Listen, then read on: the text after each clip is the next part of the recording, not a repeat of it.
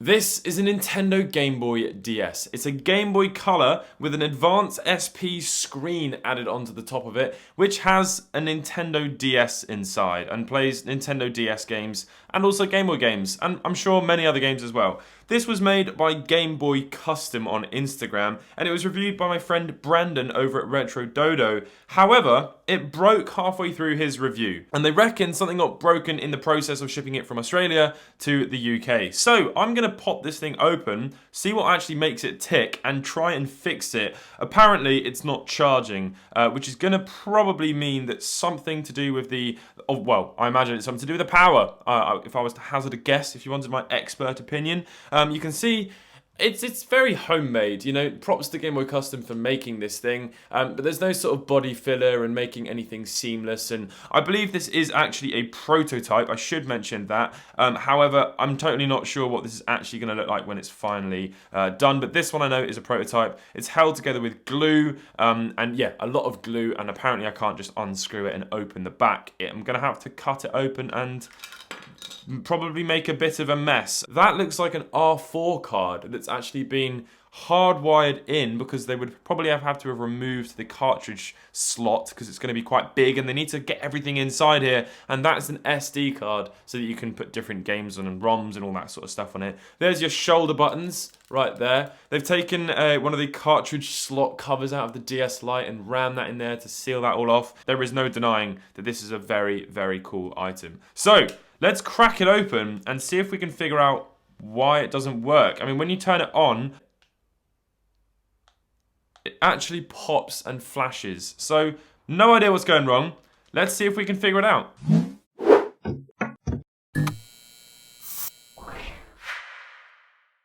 So I can actually see some tri-wing screws here. We're going to unscrew them because there's no harm in trying that, but I don't know if that's actually got anything to do with what's holding this thing together.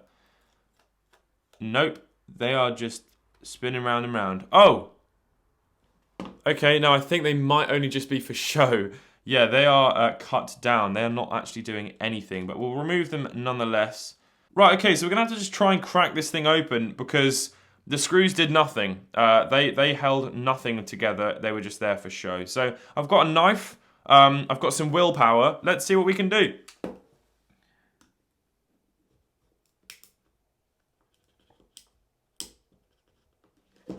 I hear cracks.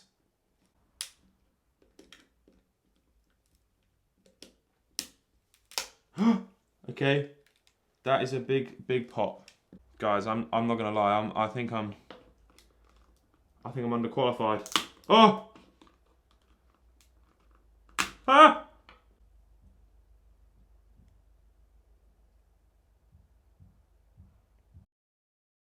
Two days later.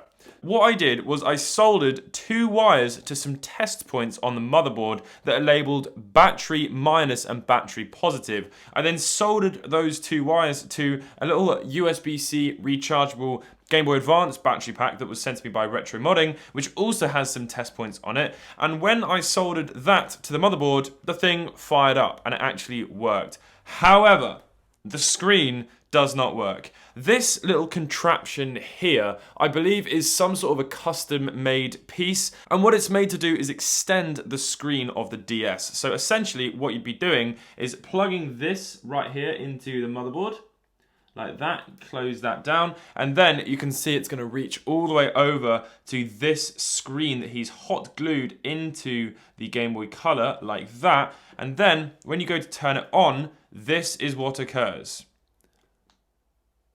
So you can see there, it does actually turn on. However, the bottom screen is completely not working. It's completely dead, it's completely not responsive.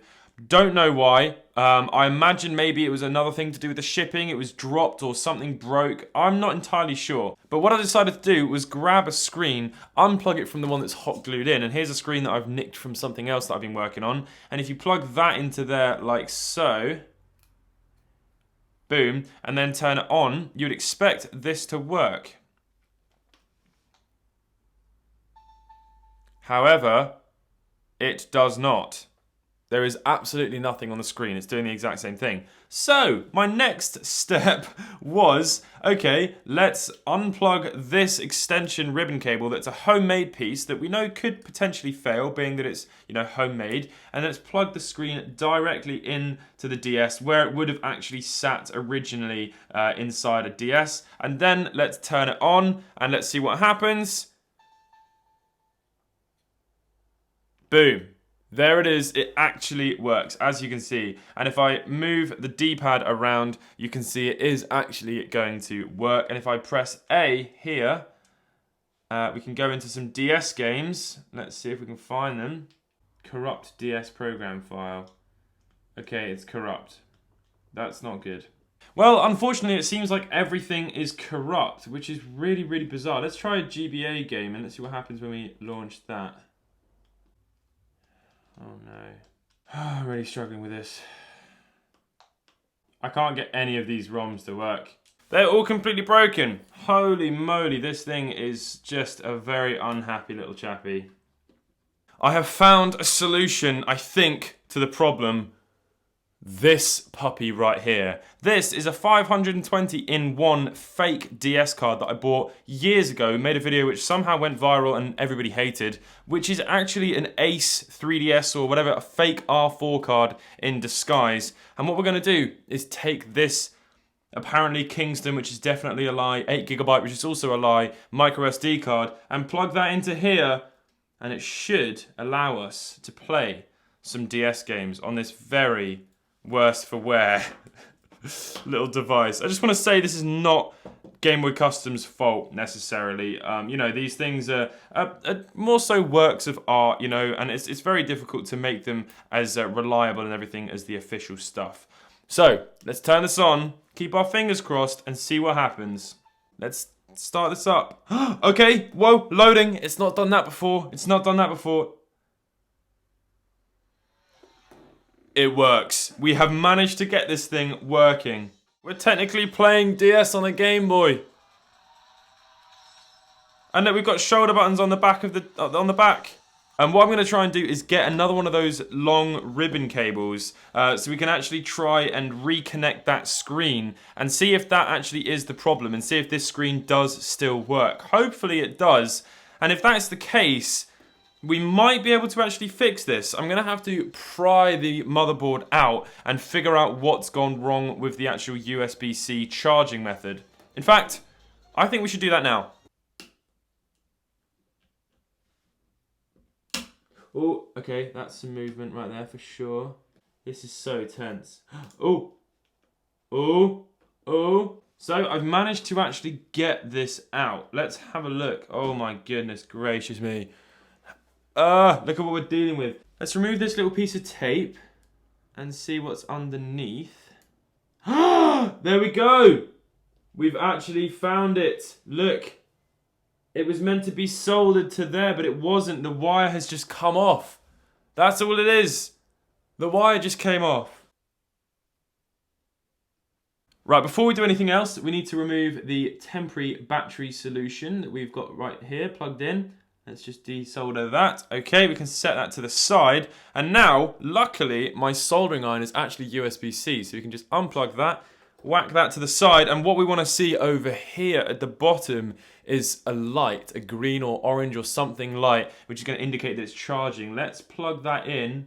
There we go. Look, we've got an orange light, so we've actually fixed the charging issue. You can see there how that wire is so delicate and can possibly snap off. The pins that he has soldered that to are tiny. I've done a lot of soldering in my time, and that is still something that I would find very difficult. That has fixed the charging issue.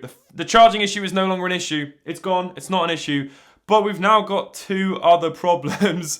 This ribbon cable is broken. We know that for a fact because when I plug this perfectly working screen into this extension, the screen no longer works. So that we know has something to do with the extension cable. I can't plug the screen that's hot glued into the motherboard directly because it's too far away. But yeah, when I put this working screen into here and then plug the extension into the DS like that and turn it on, you would expect to see this screen working. Which it actually does. Okay, that's weird. It actually does work. Right, so we now know that the second problem is nothing to do with this extension cable. That works perfectly fine. The issue is the screen that's plugged into there. Supposedly, but this ribbon cable I thought, didn't work before. This is really bizarre. Right, well, that ribbon cable I thought didn't work before, but now it does. So maybe I should just try and plug it back into the screen up here again.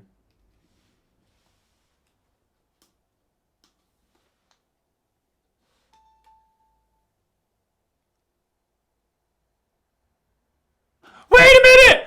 Everything works! Everything freaking works! Everything works! Oh my goodness me. So the screen isn't broken and nor's the ribbon cable.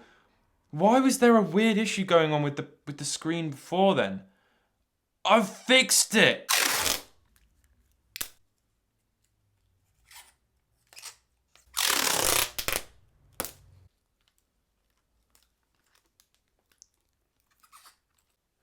Da da da da da da da.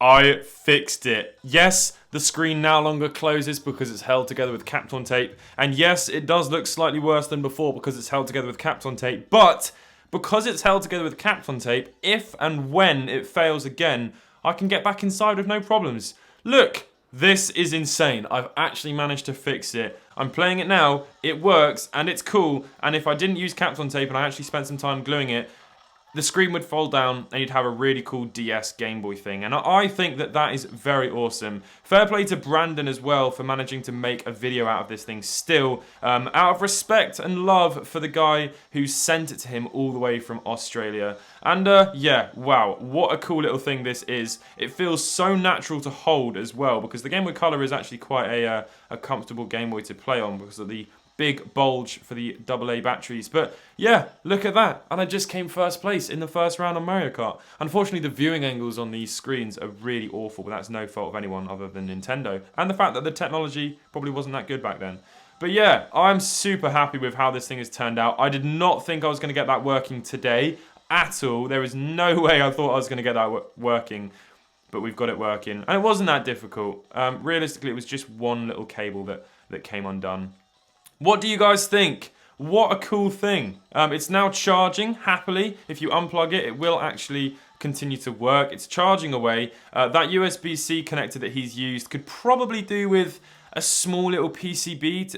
Oh, it's just turned off because the battery's really, really flat. But the little USB thing that he's made could probably do with a little PCB to solder the wires to in a more secure way. But then again, shoving more PCBs inside here, is that going to make you run out of even more space? Probably. What do you all think? Please let me know in the comment section down below. If you've enjoyed this video, please leave a like. And yeah, I'll catch you all in the next one. Goodbye. Please subscribe as well if you haven't. I'd love that. Bye.